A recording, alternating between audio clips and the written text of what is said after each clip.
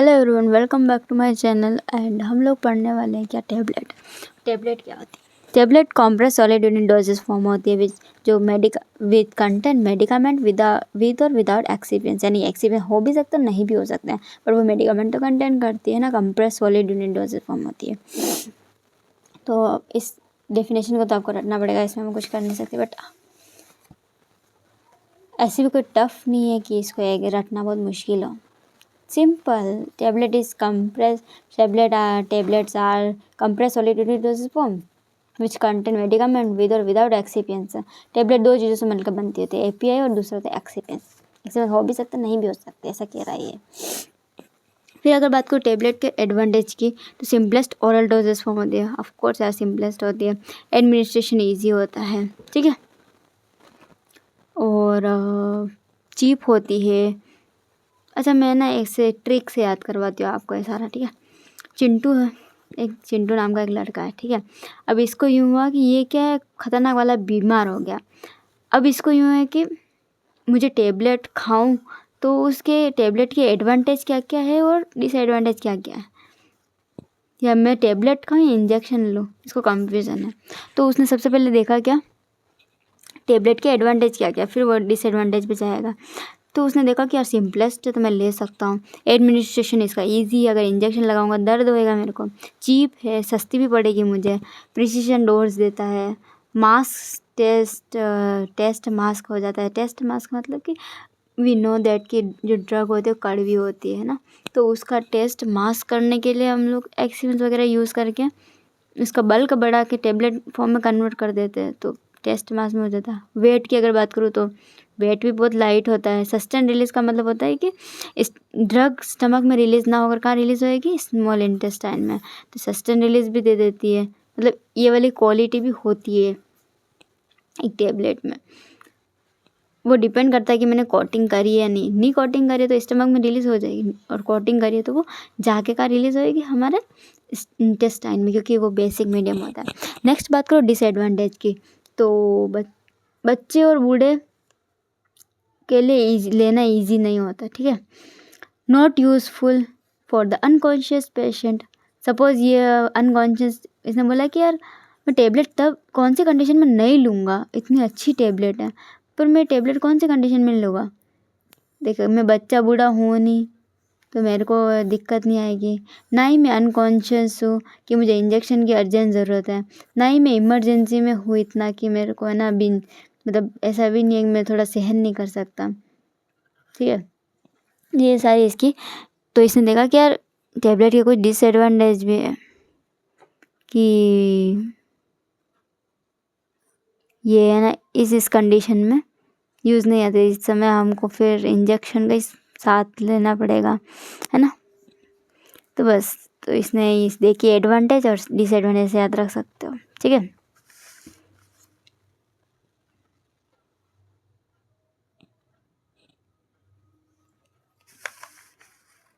ऐसे भी याद रख सकते हो, सस्ता सीपी, और ये कौन है, चिंटू है, चिंटू का पूरा नाम चंद्र प्रकाश सीपी, ठीक है। तो सस्ता सीपी ऐसे याद रख सकते हो। एस मतलब सस्टेनेबल, एस मतलब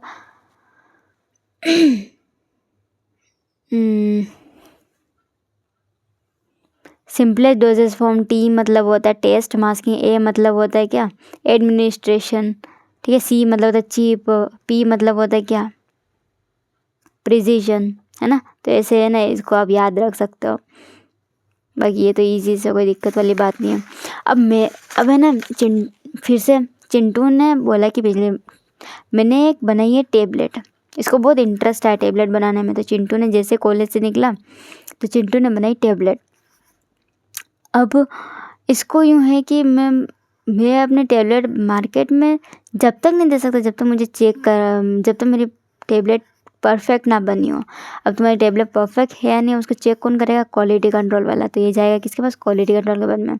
अब क्वालिटी कंट्रोल वाला क्या करेगा, आइडियल प्रॉपर्टी चेक करेगा।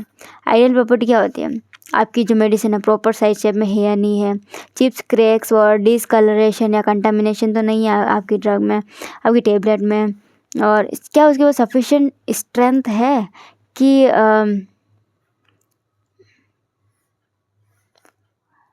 Production, mechanism shock, packaging, shipping, वो मैकेनिक शॉक को झेल सके, इतनी स्ट्रेंथ है क्या तुम्हारी टेबलेट में कि है ना वो पैकेजिंग करूँ या प्रोडक्शन करूँ, डिस्पेंसिंग करूँ या शिपिंग करूँ तो उसको कोई नुकसान नहीं होगा, वो ऐसी कैसी रहेगी, क्या ऐसी पावर है तुम्हारी टेबलेट में। तो ये एक इसकी आइडियल प्रॉपर्टी हो गई।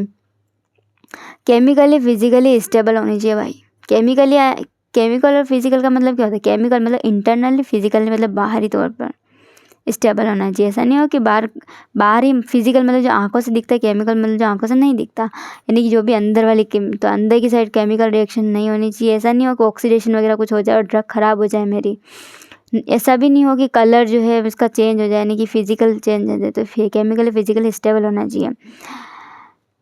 और ऐसा नहीं हो कि अब मैंने ड्रग तो ले ली, वो मेडिकामेंट रिलीज़ ना कर रही, तो उसके बाद ऐसी क्वालिटी होनी चाहिए कि वो रिलीज़ कर दे मेडिकामेंट को, जो प्रिडिक्टेबल मैनर, जो कि पहले से मुझे पता है कि ये जाके ये पर्टिकुलर इफेक्ट देने वाली है, तो उसी मैनर में होनी चाहिए।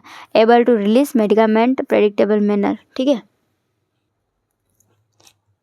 अब हम लोग आते हैं classification of the tablet. 4 type से क्लासिफिकेशन होता है इसका। Orally, oral cavity, other route और use to prepare solution. Orally जो ड्रग में हम टेबलेट लेते हैं वो टाइप की टेबलेट, जो ओरल कैविटी में लेते हैं वो सारी टेबलेट, यानी क्लासिफिकेशन दे रहा है कौन कौन सी टेबलेट होती है।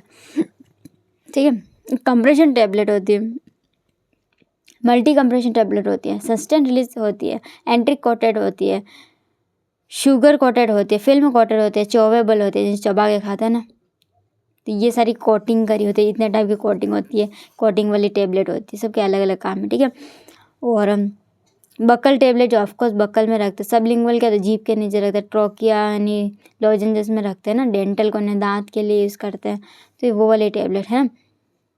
अदर रूट के होते हैं, नाम से पता चल रहा है बहुत सारे। तो फिर होता है अदर रूट। अदर रूट मतलब कि इम्प्लांट कर सकते हैं, है ना। एक तो ओरल हो गया जो कि मुंह, एक तो होता है ओरली ले लिया मैं, स्टमक तक जाएगी वो चीज़। एक होता है ओरल केविटी, यानी कि सिर्फ मुंह तक रहेगी वो, अंदर मतलब मुंह के अंदर रहेगी वो टेबलेट। उसका पर्पस हमारे पेट में घुसाना नहीं है, उसका पर्पस वही रह के वही डायरेक्ट ब्लड में एब्जॉर्प्शन हो जाए उसका। फिर आता है अदर रूट की बात हो तो इम्प्लांटेशन टेबलेट, वेजाइनल टेबलेट सीधा वेजाइना में डाल देते हैं अगर कोई इशू हो तो। इम्प्लांटेशन टेबलेट वो नहीं होते कॉन्ट्रासेप्टिव्स, जो चमड़ी के नीचे ऐसे मतलब इम्प्लांट कर देते हैं, है ना।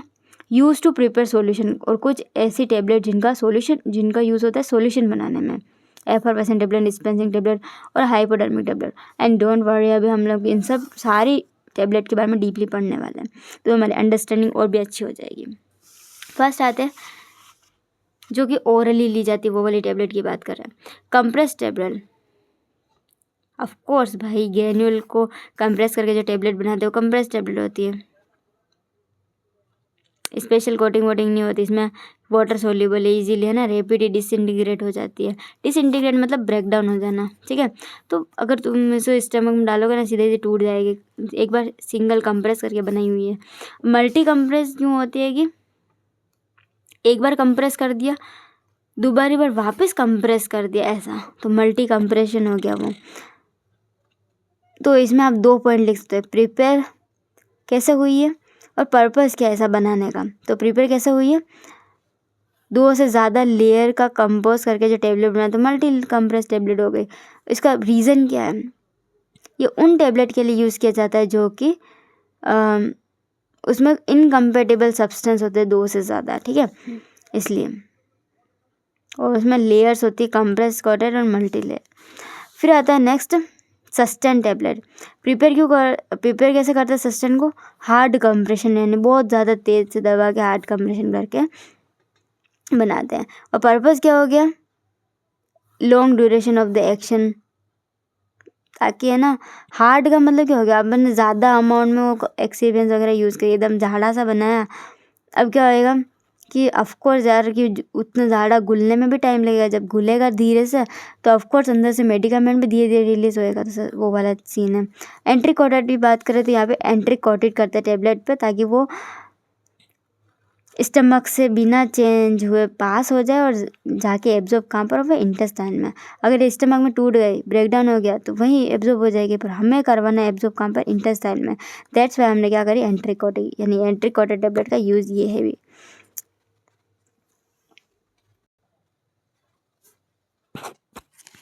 नेक्स्ट बात करते हैं शुगर कोटेड टेबलेट की। शुगर प्रिपेयर क्यों करते हैं और प्रिपेयर कैसे करते हैं और पर्पज़ क्या है।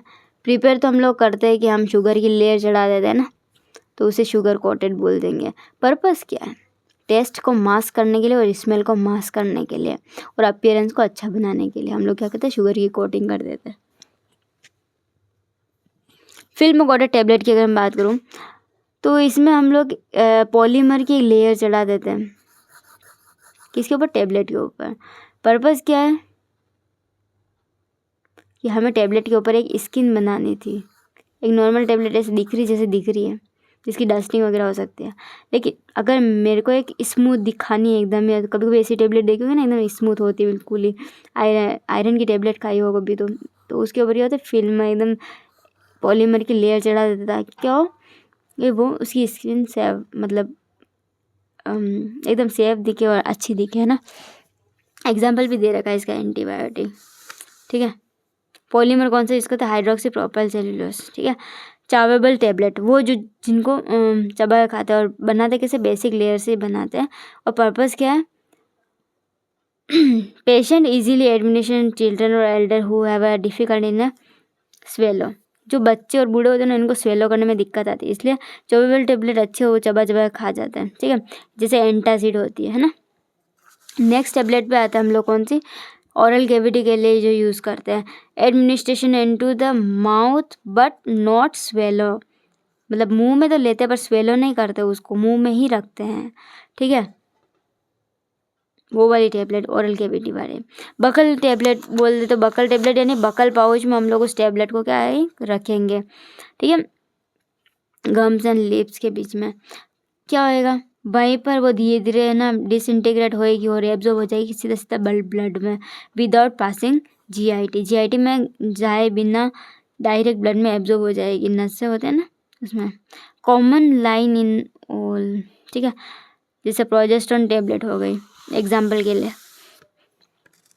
सबलिंगुअल टेबलेट क्या होती है, टंग के अंदर रखते हैं, वही सेम लाइन चिपकानी है कि है ना बिना जीटीएन में डिजोल्व हुए सीधा सीधा ब्लड स्ट्रीम में एब्जॉर्ब हो जाती है। कौन सी, माउथ वाली ब्लड स्ट्रीम में। जीटीएन मतलब ग्लिसरीन ट्राइनाइट्रेट,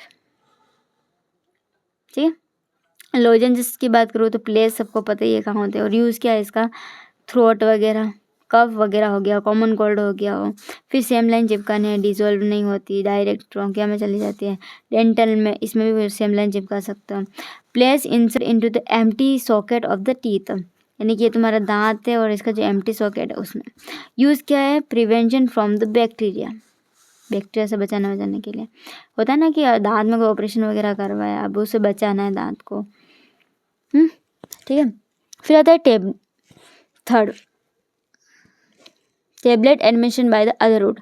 दूसरी बात कर लेते, जैसे इम्प्लांटेशन कर दिया तो स्किन के नीचे हम लोग इंसर्ट कर देते, लाइक जो होते हैं ना, ताकि इसमें क्या होता है स्लो एब्जॉर्प्शन होता है, तो कुछ महीनों तक जो कॉन्ट्रासेप्टिक ड्रग जो होते हैं ना उनके लिए यूज़ करते हैं। कॉन्ट्रासेप्टिक ना बर्थ कंट्रोल पिल्स होती हैं। वेजाइनल टेबलेट, वेजाइनल कैविटी में इंसर्ट करते हैं इसको। यूज़ क्या है इसको, एंटी बैक्टीरियल एजेंट है, एंटीसेप्टिक है और वेजाइनल इन्फेक्शन को बचाती है या ट्रीट करती है ना। शेप क्या, तो बुलेट की आकृति जैसी होती है। नेक्स्ट बात करते हैं tablet use to prepare solution. Solution prepare करने के लिए जो जो टेबलेट काम आती है, कहते हैं एफरवेसेंट डिस्पेंसिंग टेबलेट और हाइपोडर्मिक टेबलेट। एफरवेसेंट टेबलेट क्या होती है, वो जो वाटर में जाने के बाद में कार्बन डाइऑक्साइड गैस रिलीज करती है। प्रिपरेशन क्या होती है, बाय कंप्रेसिंग